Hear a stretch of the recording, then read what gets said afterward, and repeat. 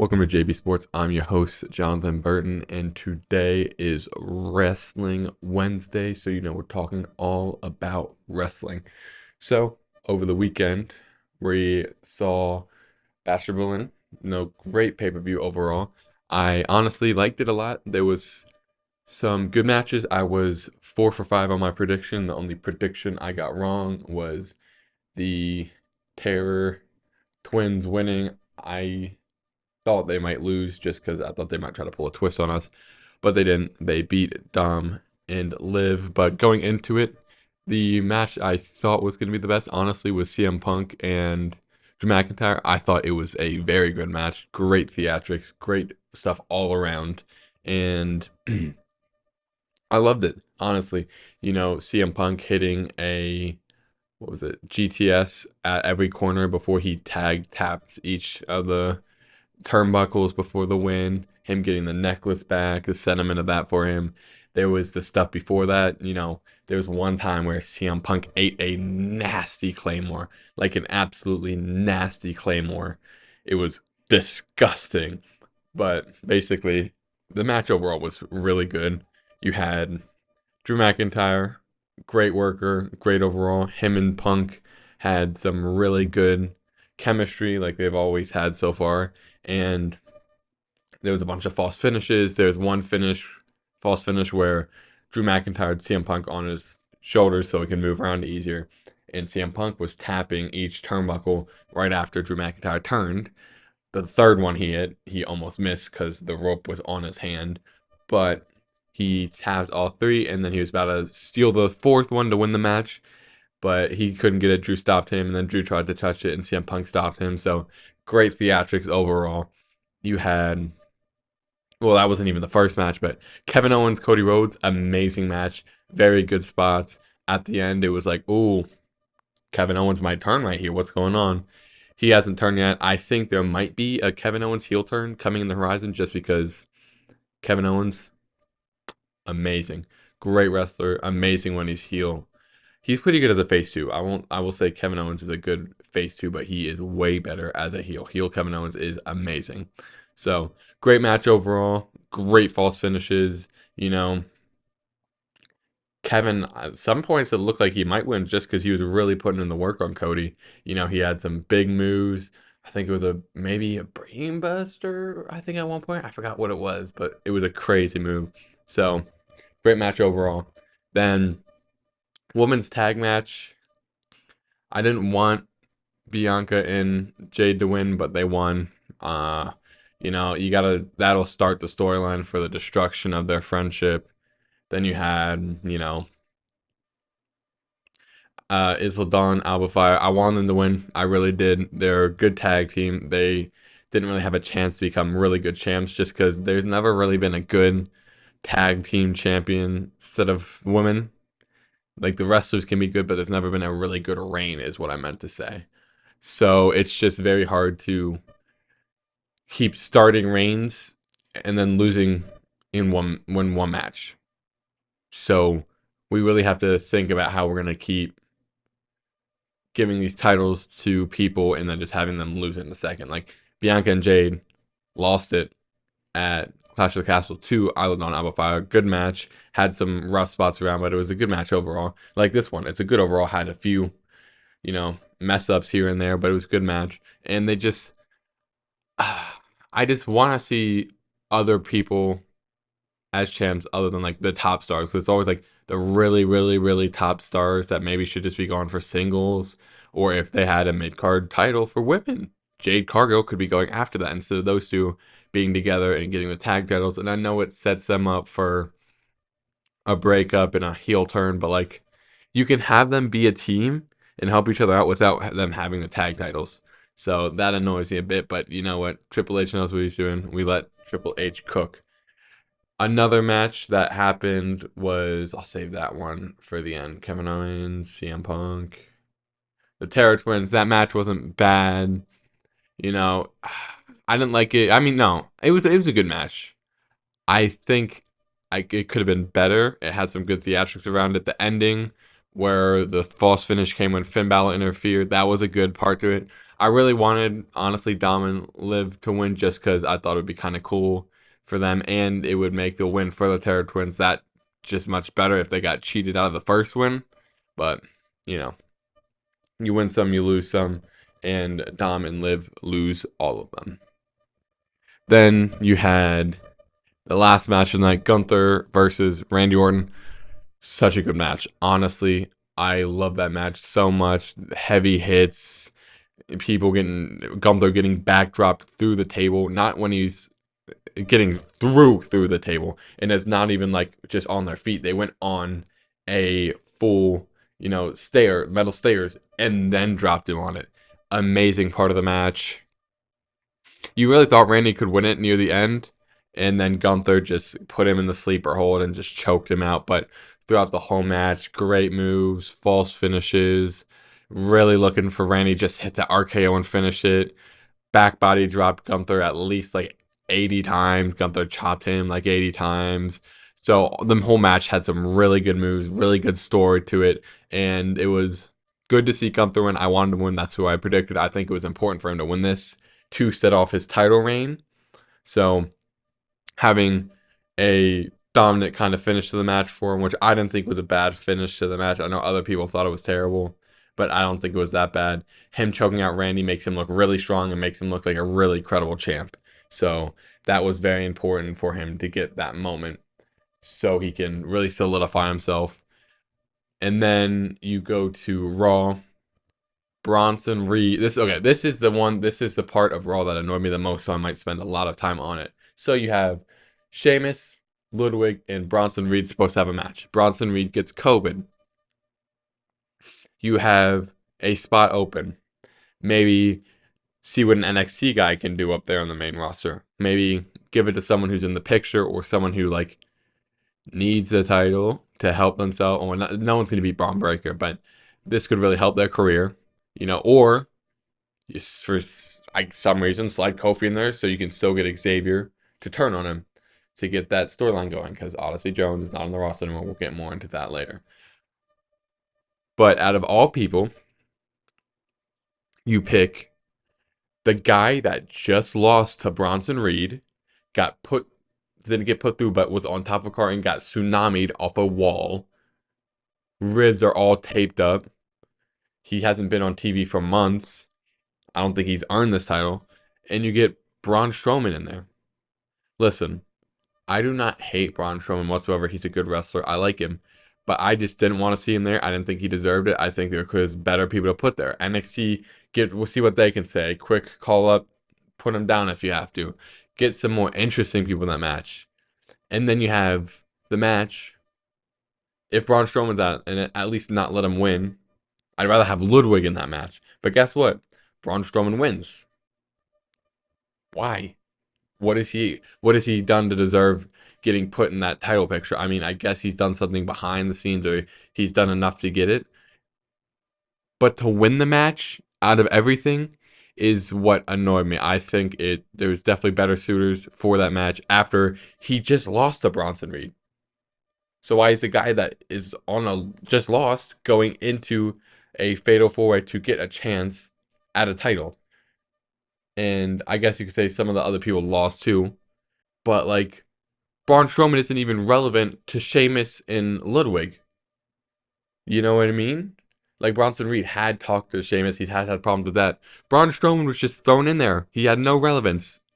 So other than just getting like put through a car ceiling and getting beat by Bronson Reed. So that really annoyed me. I feel like they could have been better people in there. The match wasn't terrible, but I did not like him winning or being in the match personally. Other people can disagree with me, but that's what opinions are for. So other things in the night that was big. American Made calling out the Wyatt Six to have a 4-on-4 match. That should be next Monday, which is going to be a pretty good match. That'll be a good match to watch. And another thing he had is the other triple threat match. Ilya Dragunov, Dragon Lee, and Dominic Mysterio. Good match. All of those people. I mean, you could guess Dom just lost, so my thing about Braun Strowman goes out the window. But Dom's been in the not title picture, but he gets thrown into matches all the time, so it's not surprising. And he's been putting in work, so he does kind of deserve it. Dragon Lee, he's been putting in work too. He loses a lot, but I think I don't know. I know I might be being hard on Braun Strowman. I just didn't like him there. Dragon Lee, he's been doing stuff, and he loses a lot, so he was probably gonna lose there. And Ilya Dragunov, he should always be in the title picture because Dragunov is amazing. Dragunov wins, which is great for him. That was a great match overall. So, and then you have more stuff. You have Rhea getting her leg just freaking stomped on and really set off the momentum of the Judgment Day for tonight. So you have Damien ask Adam Pearce for a match against Finn Balor, but Finn Balor says you'll only do the match if it's a tag team match. And Damian Priest is mad, and he goes up to Rhea and say, "You're hurt, so you can't be my partner." And Rhea says, "I have someone in mind." He's like, "Oh." He starts walking, and he walks back, and he's like, "Tell me if he says yes." Everybody knows what it is. Everyone in the crowd is chanting yeet. Everyone at home is chanting yeet. And later in the night, you see Jey Uso. You knew it was gonna be Jey Uso. Great entrance. Jey Uso always puts on a show. Pretty good match. At the end, yeah, you do the yeet together. It was a fun night. So can't complain about that. And going into some other stuff I wanted to talk about because I did NXT I didn't get to watch, so I can't really talk on that because I didn't really see it. But just going into other things, one I want to talk about is Odyssey Jones. So Odyssey Jones recently has been taken off the WWE roster. So one thing you're really thinking about there is he was just in a storyline with Kofi and Xavier, which was looking to leading Xavier Woods to turn on Kofi because of Odyssey Jones. With Odyssey Jones getting taken off the roster, we don't know where that story is going. I hope it still ends up with Xavier Woods turning on Kofi Kingston. But it's really even more blank than it was before because with both of them losing the IC title match, the other one couldn't accidentally screw the other or purposely screw the other one out. So it became really unclear then. Now with Odyssey Jones out the picture, it's even more unclear what's going to happen. So you can speculate, oh, Karrion Kross and the Final Testament go back and pester them again, which would be annoying. But there's so many ways that the storyline can go now where it can be very interesting, it can be very boring, it can be very annoying, it can be very exciting. And I hope the storyline just still happens though, because without that X Factor, Odyssey Jones, maybe he comes back under a different name because I don't know if he's been released yet, but he's not on the roster. Without him there, you don't have that catalyst to have Xavier Woods turn. So I don't know where it's gonna go. I thought of a few things. Maybe Xavier and Kofi stay a little bit longer. Kofi or keeps losing the matches and Xavier's just on, or Xavier loses some matches. He's getting mad because Kofi somehow cost it for him, and then Xavier just turns on Kofi and goes crazy. That's like the simple thing you can do, but I don't think they want to do it just as simple as that. So I don't know where it's gonna go. You can speculate, you can pray for a certain way it's gonna go, but right now it is so unclear what's gonna happen that it's annoying, but it's got a fun aspect to it. So we'll see where that goes. Next thing I want to talk about is Cody Rhodes. So Cody Rhodes beat Kevin Owens this weekend at Bash in Berlin, and after that you're thinking, who's the next challenger? You had Michael Cole say, I believe it was Michael Cole say that it looks like Solo Sikoa is next in line against Cody again, which their match wasn't terrible, but it was definitely the least exciting match. The only thing that made it wasn't a bad match though. It was a really good match. It's just the one you look forward to less. But then Roman kind of fixed it. Not that Cody isn't, exciting, but Roman added some flair to the end of the match. Let's say that. So I think they're saving Cody and Roman for another time. Cody versus Solo, maybe. You might have Cody versus Kevin Owens again. The one I'm really waiting for is Cody versus Randy. I've been saying this for a week, month, a while that I want to see that match so bad, but that match is going to probably wait. It'll probably be at Bad Blood with Cody and Solo because, they have Bad Blood. Cody's been beating Solo for a little over a year and a half, probably.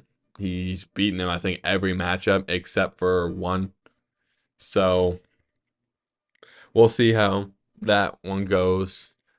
But I do think Solo is the one next up for Cody, or maybe Roman Reigns interjects there and he has a match against Solo at Bad Blood because, they got Bad Blood there. But honestly, that storyline I think is going to be saved for War Games, I believe, just because War Games between the old Bloodline versus new Bloodline is going to be great. Jimmy Uso, come back. Please, we miss you. So we'll see what happens there. You had Sami Zayn talking to Gunther at Raw, I believe, which is very interesting because that will be a pretty good second feud for Gunther to get back on Sami Zayn after losing his undefeated Intercontinental Championship streak, the longest Intercontinental Champion of all time, the best Intercontinental Championship reign of all time, the best Intercontinental Champion of all time. Broke Gunther's winning streak, lost his title. Well, actually, no, he didn't lose his winning streak because he lost to Chad Gable. Scratch that. Best Intercontinental Champion of all time, longest Intercontinental Champion of all time. Didn't break a crazy winning streak because he lost to Chad Gable a while ago. But I forgot about that for a second. But back to what I'm saying, he gets his lick back on Sami Zayn for losing to him at WrestleMania. Sami's probably gonna be like, "Oh, look at you, you're champ again. Who beat you when you were at the best last time? Me. So I'm gonna beat you again and become world champion." Gunther says, "Oh, I'm not gonna come into this match thinking you're all low, not good at wrestling. I'm gonna take this seriously." He'll still act like he doesn't take him seriously, but he'll remember what happened last time. He beats Sami Zayn at Bad Blood because I guess you could say Gunther has bad blood with Sami for taking his championship. I might be thinking into the pay-per-view way too much, but my guess is Bad Blood being the name of the pay-per-view. There's gonna be a lot of matches that have bad blood. I mean, it's pretty easy to say it like that. It's pretty easy to think like that. So you have those matches going on, which Gunther is, I would say it's a hard championship reign to like find matches for, but it's really not. You just put any good champion versus Gunther. It's gonna be a great match. Really almost a 5-star probably every match, and Gunther wins at the end. Gunther's gonna be a dominant champion in some matches, and he'll be a normal champion in other ones. Some championship matchups, it's gonna be very close for Gunther. Some Gunther's gonna blow it out the water, like I just said. So Sami Zayn, I could see that being one where it's down to the wire. He has him in that huluva kick position again. People think he's gonna win, and then once he goes for it, he starts running. Gunther just drop kicks him right to the face. So we're gonna see what happens here. There'll definitely be callbacks to WrestleMania in the Sami Zayn Gunther feud, just because that's where he lost to it. But in the matches too, it's gonna be similar settings where, ooh, is Sami gonna beat him again? But he won't. And then, like I said, there's so many good wrestlers on Raw that there's so many feuds that can happen with Gunther that are gonna be amazing. You can put Sheamus back in there with Gunther. Hey fella, you might have beat me for the IC title, but when it comes to a world championship, it's different. That'll be great matches again for a different title.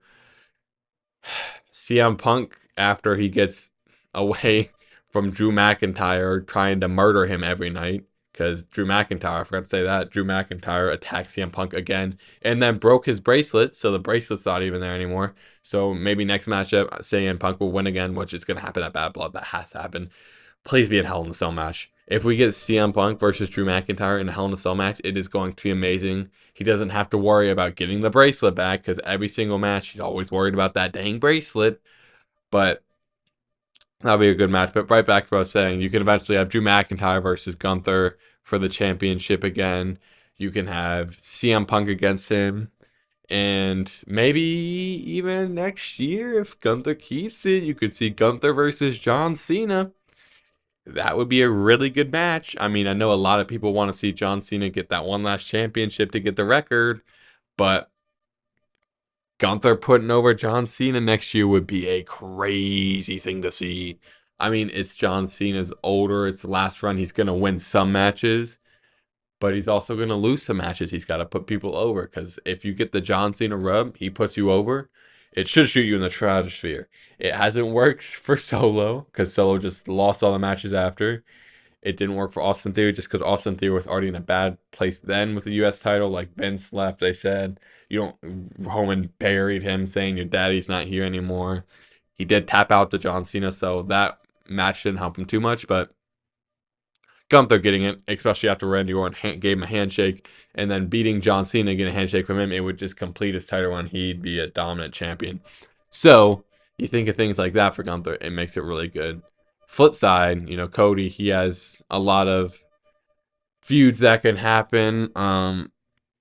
Roman and Cody, I feel like is going to be saved for after the Bloodline feud against each other, just because there's a lot of theatrics that are going to happen probably very soon between Roman and Solo. Just because Roman's probably going to realize after what happened last week, 2 weeks ago, last week, whatever one it was, that he can't fight him all on his own. He's gonna realize that after he got beat up by them. He's gonna be like, "Oh, maybe I do need help." Then he tries to get Jimmy Uso back, please. Maybe if Sami Zayn loses to Gunther when he does, he takes a quick break, give him some time to chill out, heal up some injuries, or if he does have any, comes back to SmackDown, helps Roman, Jimmy, and Jay. And Paul Heyman will hopefully be back by that time. So Paul Heyman will make everything better. And honestly, that would be great. See those four back together again. They were so funny. Sammy Uso being in having the mic every week was amazing. When he said Jay isn't feeling Usi, it made the whole crowd laugh, made the whole bloodline break. So the moments that could happen again would be so great because you already have Sammy and Jay reunited, like they're good. Jimmy Jay, that'll be really hard to kind of they're brothers, so it'll be hard, but it'll be easier than Jay and Roman, you know, getting back together again. So there's gonna be a lot of storylines that go in leading into it with the old bloodline reuniting, but the payoff from that to the new bloodline, that match is gonna be really good. I would love to see the old bloodline win because new bloodline isn't bad, but they definitely not the ones. They're the twos. They're not the main bloodline group everyone loves. People still acknowledge them, which I find is weird, astonishing that you'd acknowledge Solo Sikoa as your tribal chief. Who does he think he is? Roman Reigns? Nah, he's not Roman Reigns. But you have a good match coming up there. There's so much long-term storytelling.